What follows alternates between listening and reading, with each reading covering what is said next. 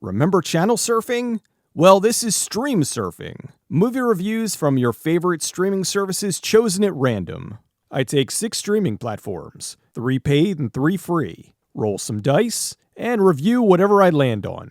I'm also using the website Just Watch because they have a randomize feature, which will let me get a broader range of films without having to roll bigger dice.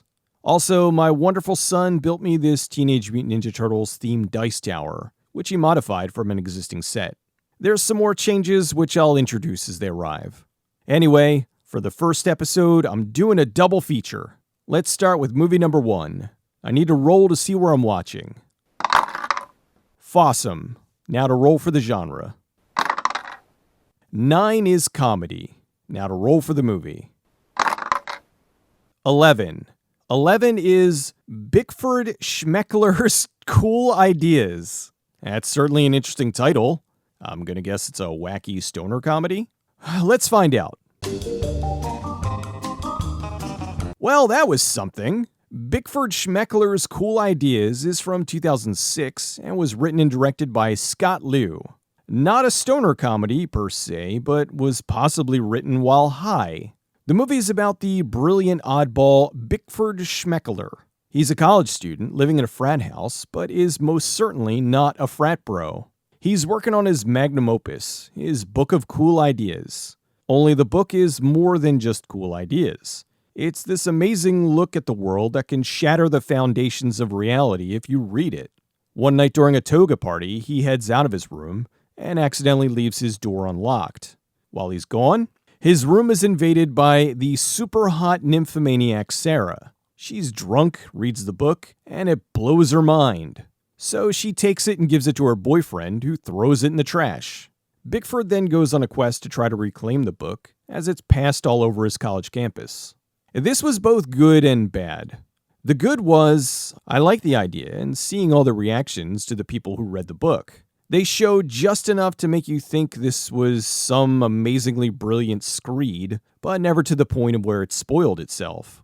The cast was also terrific, which I'll touch on later. The downside was, it wasn't tremendously funny. There were moments that I was thinking was supposed to be funny, but it wasn't. There were lots of potentially wacky moments, but they played them straight, and as such, they more often than not fell flat.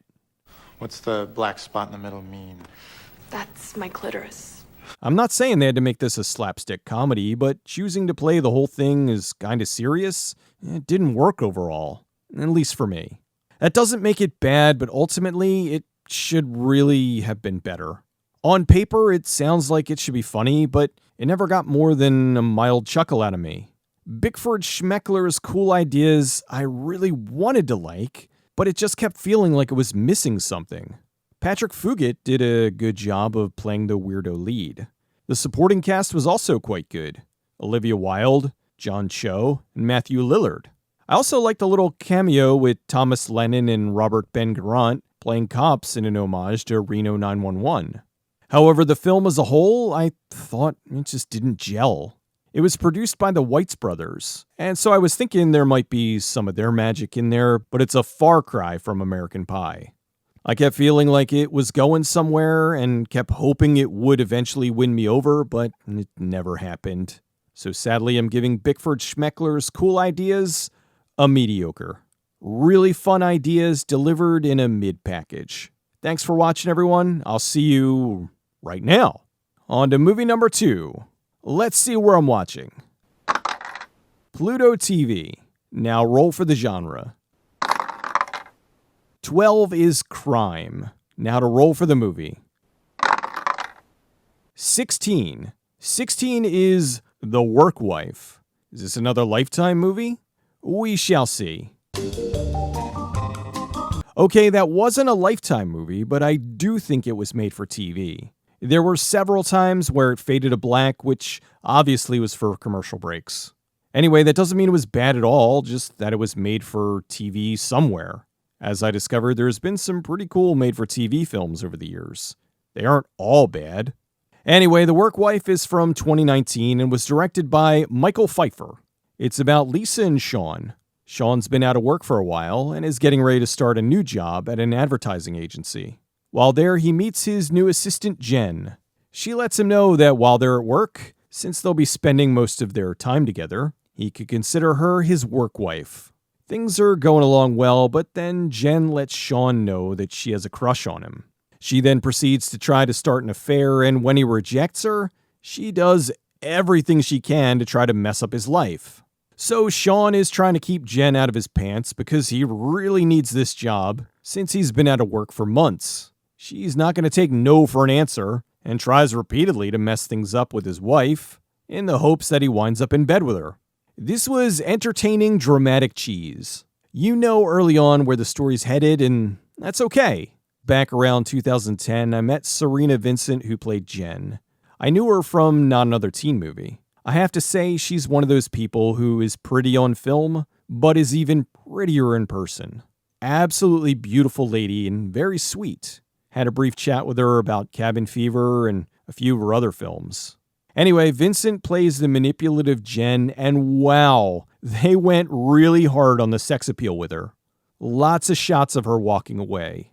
Not that they had to try all that hard, she's lovely. They also poured her into just about every sexy dress, jeans, top, whatever they can do to amp up the appeal. I'm not complaining. She did a good job of playing crazy. She was very believable at being manipulative, and even though she showed signs of there being several screws loose, I love you, Sean. I'll shoot you both. I imagine there's some guys thinking, but I can fix her! Elizabeth Harnoy is also pretty, but it's funny. The movie made her a bit frumpy in the beginning, so they could emphasize how sexy Serena was. While the movie was good, you can see where it's going every step of the way. Jen flirts heavily with Sean, he blows her off. She lies and tells Lisa they're having an affair, and she believes her, etc., etc. When all that doesn't work, Jen finally goes off the rails and tries to murder them both because that's how most of these wind up. They needed a big tension-filled ending. Doesn't matter, still fun. It's like a Snickers bar. It's the exact same thing every time, but you still enjoy it because you know what you're getting. The Workwife was a good time. Not gonna lie, a large portion of the entertainment stemmed from seeing Serena Vincent going off the rails in skin-tight outfits. What can I say? It activated that portion of my monkey brain. The movie had good pacing, and I was never bored. I liked it very much. Nothing super original, but still plenty entertaining.